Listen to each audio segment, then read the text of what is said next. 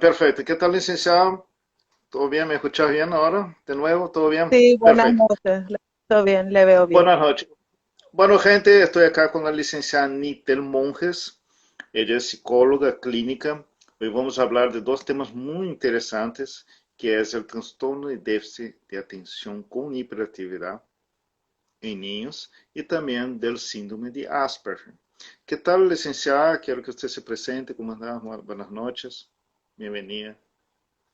Buenas noches, Mike. Buenas noches a los que nos están siguiendo y escuchando también. Yo soy Nitel Monjes, psicóloga clínica, egresada de la Universidad Nacional de Asunción, Facultad de Filosofía. Tengo un posgrado en gestión educativa y trabajo el paradigma cognitivo-conductual en instituciones educativas, en el equipo técnico y en consultorio privado, con niños, adolescentes y adultos. Hago asesoría para padres, o algunos conocen como escuela para padres, y formación profesional a colegas o futuros colegas. Perfecto. Bueno, vamos a empezar con el primer tema. TDAH, TDAH, ¿no? TDAH sería lo correcto, ¿no? Ujú. Trastorno de déficit de atención con hiperactividad.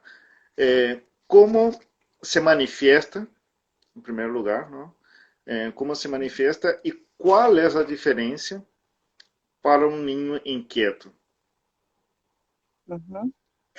Bien, el TDAH, sus siglas corresponden a lo que sería trastorno de déficit de atención con hiperactividad, también podría ser sin hiperactividad. Tiene tres pilares importantes como criterios diagnósticos. La desatención, que es un niño que le cuesta atender, se desvía, es mucho esfuerzo concentrarse. La impulsividad, donde le cuesta esperar o procesar lo que desea y hacer. Es muy corto el tiempo entre lo que quiere hacer y lo lleva a cabo. Cuestiones como responder una pregunta antes de que finalices la pregunta o interrumpir. Y la hiperactividad, que es una sensación de un motor en marcha. Son niños que en aula les notas tamborilleando, retorciéndose en el asiento, con una inquietud de difícil control, correr, moverse. ¿Cómo comparo con un niño o cuál es la diferencia de un niño solamente inquieto? Es cuando estas características de desatención, impulsividad, hiperactividad interfieren o reducen la calidad del niño en cuanto a su ámbito escolar, familiar, social, incluso adultos con TDA en su ambiente laboral. Perfecto. En la cuestión del diagnóstico, se puede, tengo entendido que recién a los 6 años se puede realmente hacer un diagnóstico verdadero para detectar, ¿no? Pero ¿cómo se puede tratar antes de eso? ¿Y cómo se puede, los padres pueden lidiar con un niño? ¿Hay una sobreestimulación en la casa? ¿Cómo se debe cuidar desde la pieza? ¿Cómo lidiar con un niño hiperactivo? Ujú. En la anamnesis, en la historia clínica, cuando uno reporta y tienen las entrevistas con los padres haciendo memoria refieren que ya era un bebé movido, de dormir poco. Entonces, algunos datos se van reportando de las características. Si bien es cierto, hoy día los niños se escolarizan antes de los 6 años, 5 años que planteabas vos, Mike, entonces una vez que entran a las guarderías, las profes van desarrollando ese ojo clínico y van observando a este niño, no está atendiendo como la mayoría, ya que tienen también una formación psicoevolutiva de mirar grupo de niños, pueden diferenciar aquel niño que es inatento, aquel niño que tiene una impulsividad, o una acción, una actividad por la actividad muy llamativa. Entonces, yo me arriesgaría a decir que podemos tener una hipótesis diagnóstica antes de los 6, 5 años, y es la escolaridad y la relación con otros iguales, con sus pares, compañeritos, es lo que nos ayuda a ir mirando un poco a ir a afinar este diagnóstico. ¿sí? Los padres también te dan datos de en la anamnesis si hay lesión cerebral, si hay una exposición al ambiente por plomo, una mamá que consumió alcohol, cigarrillo, drogas, prematurez, niños con bajo peso al nacer, un percentil bajo al nacer, digamos, son algunos indicadores Prematuros, llamativos. ¿no? Entonces, sí, Prematuros, y también tengo entendido, no sé si usted me confirma, que son niños que tuvieron una amenaza de aborto y también se suele dar en niños adoptados. ¿Es factible que eso sea siempre o hay una mayor posibilidad?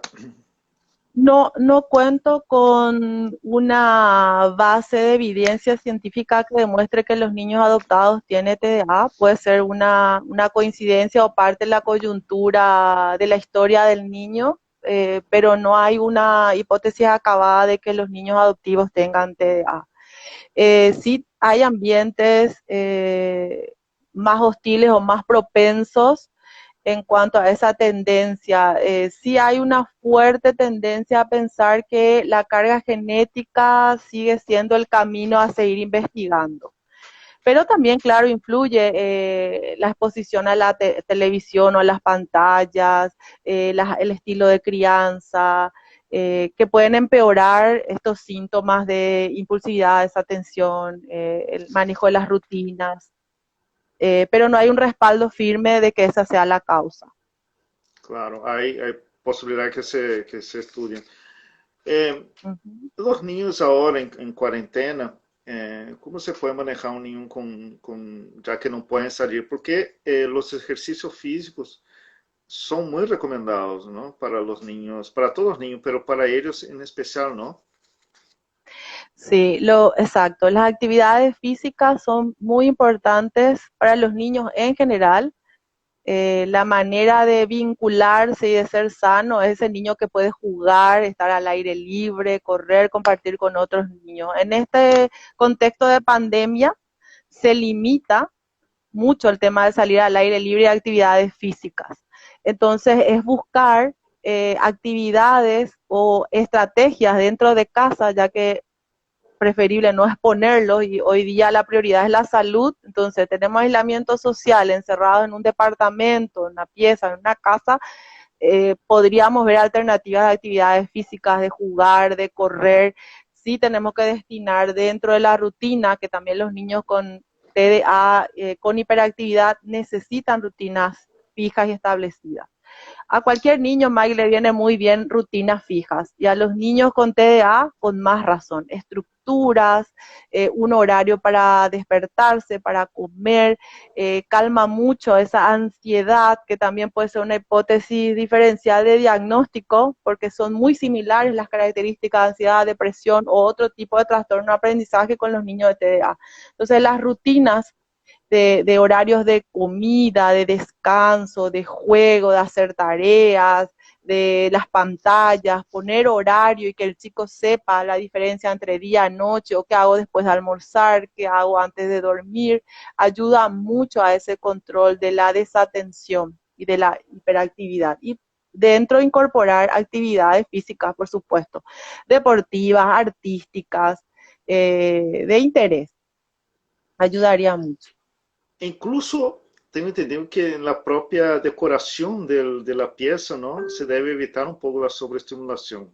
¿Correcto eso, licenciado? Colores, sí, los distractores hay que cuidar mucho, sí, tanto sea en casa, en la pieza, como las profes en aula.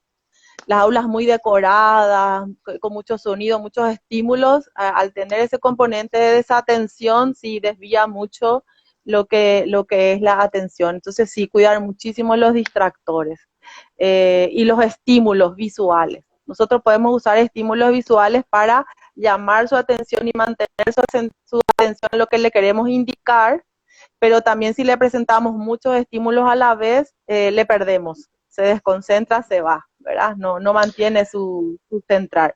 Tanto los estímulos como decir juguetes o también órdenes. Si yo le doy dobles órdenes o más de una orden por vez, le pierdo. sea, va a escuchar la primera orden, la última orden, pero no va a seguir toda la secuencia de lo que le pedí. Entonces se recomienda pedir una cosa por vez. O si es una tarea muy larga, descomponer por partes. Anda, trae tu cepillo de dientes, cepillate, cerrar la canilla, secate, guarda el cepillo, ven y ponete el pijama. O sea, tenemos que descomponer por partes, ir logrando que encadene estas pequeñas partes de conducta para lograr todo lo que significa andar cepillate los dientes. Ah, claro, claro, enfocar o não. Claro, porque é importante saber, creio que o ninho hiperativo, assim como o ninho inquieto, eles são capazes de poder enfocar-se, solamente que, como você disse, há que trabalhar. Isso quando se detecta, porque se hace um teste psicológico, supongo, não, para detectar. Quando nós Ujú. sospechamos, ou quando a própria maestra, como você disse, que hoje em dia tem um contato mais prematuro com os ninhos, detecta, nós devemos levar já ao profissional, se hace o teste e já empieza esse tratamento. É possível que o ninho llegue já à adolescência mais tranquilo, por assim dizer, ou esse vai ser sua conduta durante toda a vida, um pouco pero controlada. Sí, desde el paradigma que yo trabajo hablamos de una evaluación de individuo a individuo. Es como un sastre que hace un traje a medida. Entonces, si yo le voy a evaluar a este niño Maikecito Vares, voy a tomar medidas de acuerdo al traje para Mike. No le va a servir ese traje para Para Tiago, outro. para Lucas, para Hugo. O sea, tengo que hacer una evaluación pacientito por pacientito.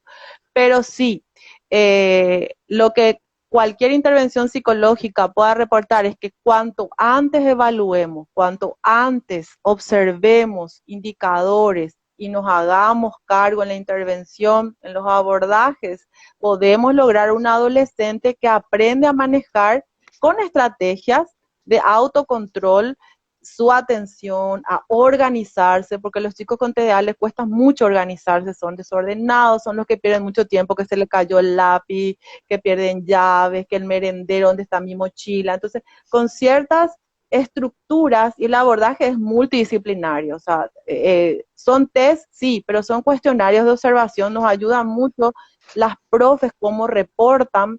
Es muy buena una alianza institución educativa y familia para que la familia vea si en ese ámbito familiar se ven los mismos indicadores que la profe en el colegio, o la relación con sus pares en su clase de tenis, en su danza, en el inglés. O sea, son diferentes escenarios que, como son muy pequeños, conviene ir investigando. Usualmente se usan un listado de conductas, unos cuestionarios de aparición de síntomas, y se van viendo la frecuencia y en qué escenarios. Aparte de los test propiamente dicho, que ya sería en un gabinete psicológico, también están las psicólogas educacionales, porque propiamente dicha la atención es uno de los pilares de dispositivos para aprender, entonces medir esa capacidad de atención que pueda llegar a tener. Y conjuntamente, por supuesto, el abordaje es el niño, es la escuela. Hoy día, con la ley de inclusión en Paraguay desde el 2014, se aprobó la ley 5136, donde la escuela tiene que hacer ajustes razonables a los chicos que les cuesta aprender en un ritmo dentro de la norma. Entonces, también están muy involucradas las profes y los padres. No podemos hacer una terapéutica solo con el niño. Le llevo al hijo a la psicóloga, le dejo ahí que resuelva eso, le busco a mi hijo y me llevo a casa. O sea, es importante que haya una capacitación, papá, mamá, abuela, el primer anillo del niño, que le va acompañando para que tengan las herramientas para hacer frente. Los chicos con TDAH pueden ser chicos muy movidos, entonces encontrarse con una mamá cansada, con un papá sin herramientas, hay que facilitar, porque realmente papá y mamá pueden ser coterapeutas. Ellos pasar por un proceso de instrucción, de formación, de cómo hacer frente a esas cotidianidades, lo que es vivir con los niños en casa de TDA.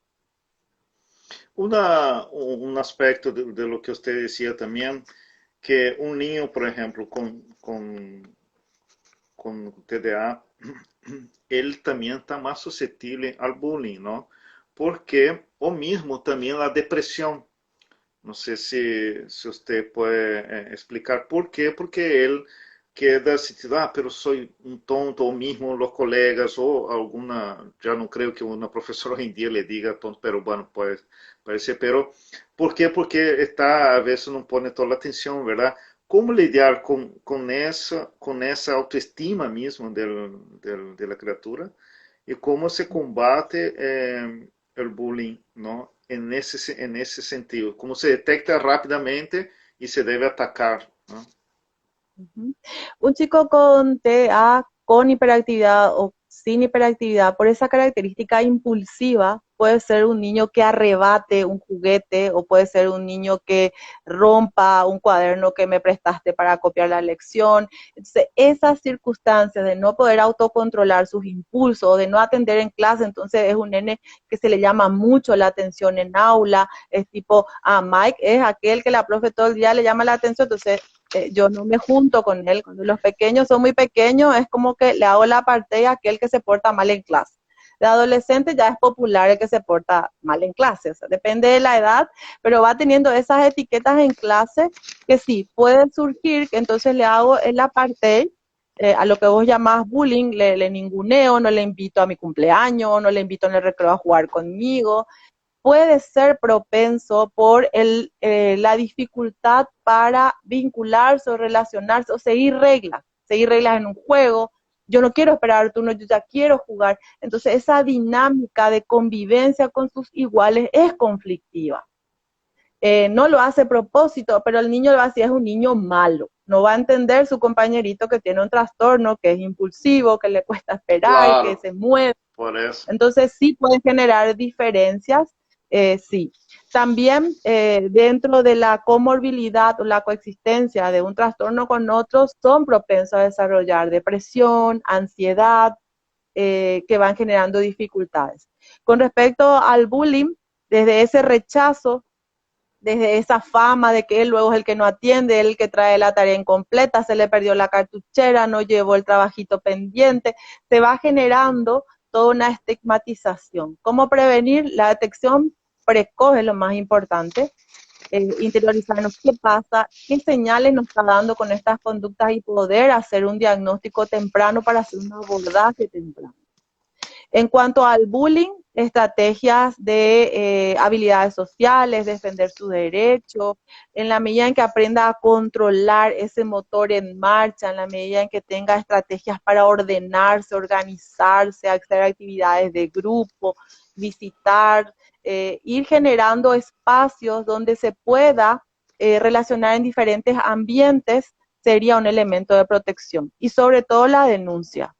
El bullying se Claro, perpetúa al no denunciar, al no avisar, al no pedir ayuda. Y la profe, la mamá, la tía, la compañerita que escucha esa denuncia, tomar en forma anónima para no tener represalias luego y hacerse cargo. O sea, la violencia no se negocia y eso debe quedar claro en todas las normas de convivencia del deporte, del colegio, de donde el niño se va relacionando. la relación del niño hiperactivo con la cafeína, ¿no? Se debe evitar, debe consumir con moderación, o cómo es, da una sobreestimulación. ¿Cómo es la relación del niño con TDA con la Sí, cafeína? hay una corriente de investigación con respecto a la nutrición y los niños con TDAH, donde reportan bajar los niveles de ingesta de estimulantes, sea cafeína, sea azúcares y otras bebidas que puedan estimular el comportamiento. Es toda una corriente y es todo un abordaje que suele complementar con profesionales nutricionistas. Es un Perfecto. trastorno de abordaje multisectorial o multiprofesional, porque Multisectorial. incorpora también neurólogos, el neurólogo tiene que determinar la necesidad o no de una medicación. Claro, eso también Usualmente, iba a preguntar. sí. La primera terapéutica, Mike, es las terapias cognitivas conductuales. Probemos primero lo conductual, revisemos el estilo de crianza, porque si no la cancha está como muy muy complicada. Viene el niño y bueno, sabes, este es un niño que parece mimado, sobreprotegido, malcriado, o realmente hay un trastorno detrás. Entonces hay que limpiar la cancha, sacar estas variables que pueden confundir el diagnóstico con respecto a hábitos, rutinas en casa, la puesta de límites, para poder llegar a ese diagnóstico. Por supuesto que el pediatra, la maestra de la escuela, la familia en la observación, el neurólogo, nutricionista, ayudan a una detección precoz. En el mundo se maneja alrededor del 5% de niños con TDA. En Paraguay, ¿qué porcentaje se maneja, licenciado? Paraguay tiene una deuda muy grande con salud mental y con estadísticas. Yo no contaría, no te puedo decir a ciencia cierta cuánto es el porcentaje, es una deuda realmente que tenemos, pero sería bueno poder contar con una estadística actualizada y tener ese reporte. Sí vamos a tener complejidades por si los diagnósticos están bien realizados, están en tiempo en forma, cuál es el camino de esos diagnósticos, por supuesto. Y es muy polémico, o sea, el trastorno de déficit de atención con hiperactividad, así como el Asperger, los dos temas que elegiste para hoy, Mike, son polémicos en el diagnóstico, porque hay una corriente que dice que estos son trastornos inventados, que no tienen que ver con comportamientos ni con patologías, sino que son conductas que se pueden modificar.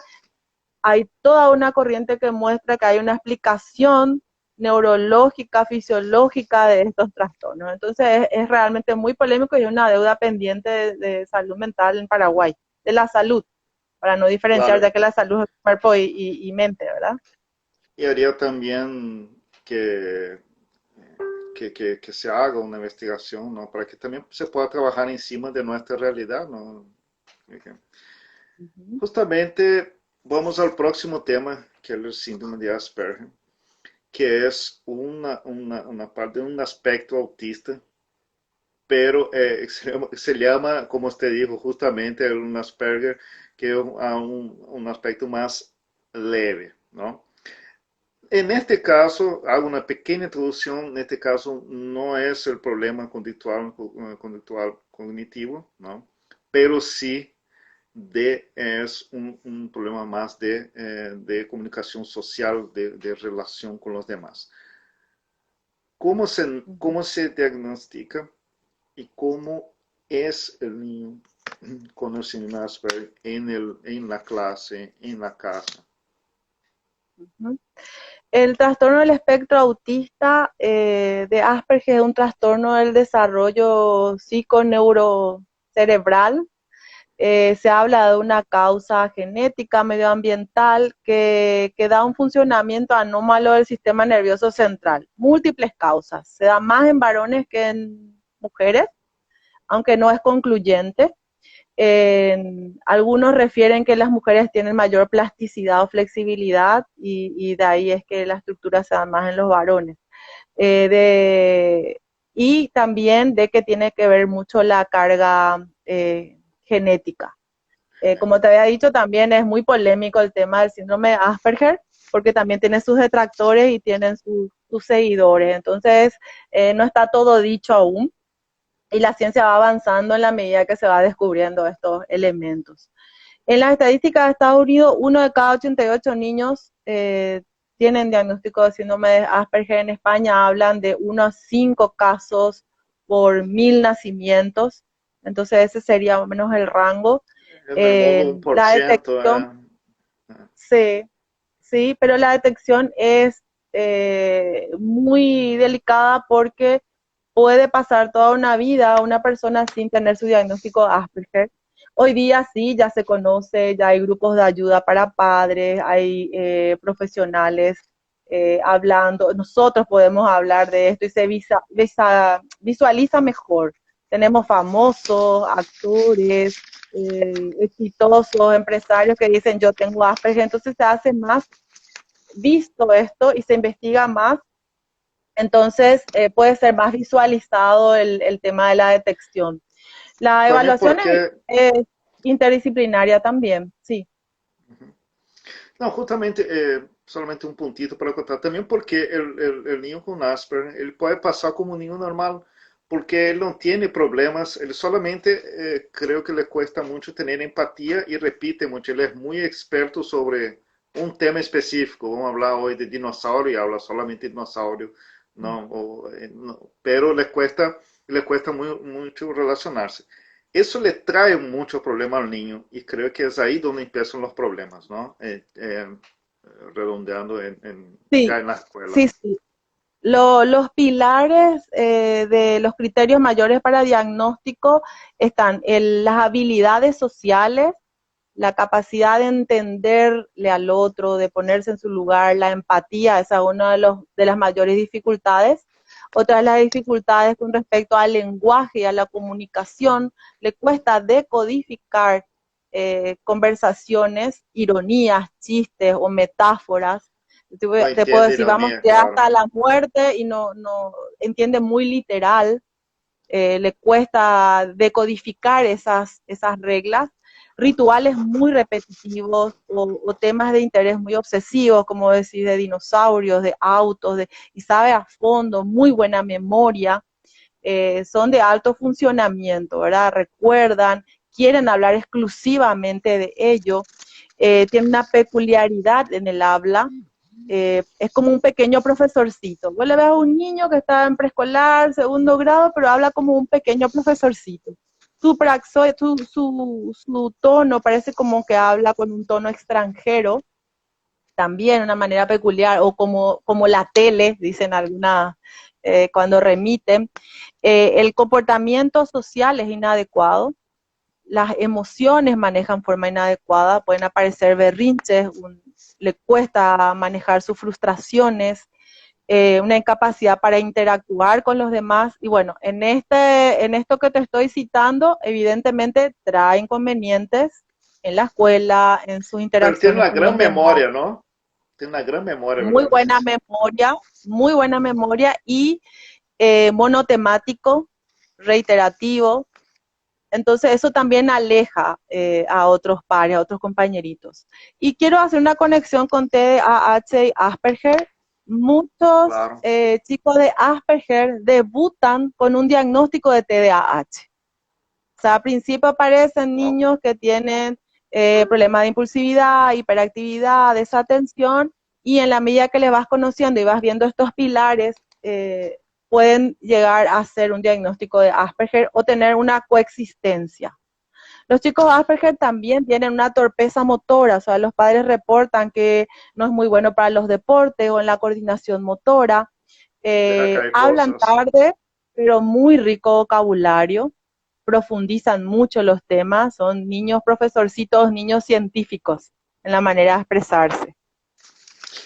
Pero sí, Un muy niño, restringido la parte de gestos. O sea, yo voy a estar hablando contigo y si tiene Asperger no va a poder decodificar los gestos, las facciones, eh, las manos, el rostro, no puede decodificar el lenguaje no verbal, el tono de voz, la rapidez al hablar, la expresión facial, es limitada y es inadecuada. porque quando um niño é diagnosticado com síndrome de Asperger, ele entra dentro da categoria de niño autista, não? Aunque, pero, bueno, aunque sea más liviano, y algunos no le lleven tan a serio como usted dijo, pero para el padre ya es un gran impacto, ¿no? Mi hijo es autista. ¿Cómo reaccionar ante eso para no perder, o sea, para mantener la calma y decir, bueno, vamos a hacer, espera, no está todo perdido, porque hay tratamiento, ¿no? Ya que su gran problema es la sociabilidad. Ujú. ¿Cómo se trabaja con los padres y para que ellos puedan también llevar al niño de la mano hacia un camino de una vida más alegre, ¿no? Ujú. El afrontamiento al diagnóstico tiene reacciones típicas, desde desconcierto, negación, enfado, enojo, culpa. La culpa es tu gen, es mi gen, vos sos igual. Muchos diagnósticos de adultos se hacen en forma indirecta porque se sienten identificados con los diagnósticos de sus hijos. Miedo, rechazo, desilusión y luego alivio una vez que puedan encauzar todas esas incógnitas que pueden tener a través de el diagnóstico. Comprender al hijo es una de ellas, que los padres se acerquen a la profe, a la institución, al equipo técnico para ponerse de acuerdo qué están observando y si llegan a un diagnóstico, cómo le ayudamos. Eh, Buscar información, formación de padres, grupos de apoyo, es una de De las acuerdo. de los caminos, ¿sí? Y sobre todo la capacitación a los padres en cuanto a estrategias de manejo conductual todos los días en casa, estrategias para la escuela, eh, técnicas de relajación y respiración para los padres y para los chicos, también hacer juntos, poder disponer de actividad física y que papá, mamá o el que se ocupa de la crianza tenga su espacio personal, su espacio de descanso, de recuperar y cargar batería también para hacer frente a ese día de que es muy demandante. Una vez que tengan la asesoría a una profesional, también se va trabajando esas actitudes de los padres con respecto al diagnóstico, esas ideas irracionales que pueden dispararse de por qué a nosotros, por qué a mí, qué hago, ¿verdad? Para buscar realmente ya una actitud más constructiva, más adaptativa, que logre el chico adaptarse y la familia adaptarse también. Uno puede llegar, bueno, tengo entendido que uno llega adulto con ese síndrome, ¿no? Pero más controlado, ¿no? Ahora se sabe mucho sobre eso. Los pros los contras de tener un niño con Asperger. Los pros, el Potencializar, diagnóstico ¿no? el diagnóstico precoz sería los PRO.